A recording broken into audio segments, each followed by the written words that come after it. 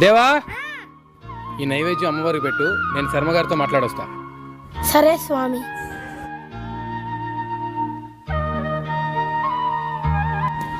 అమ్మా, నైవేద్యం తెచ్చా, తిను.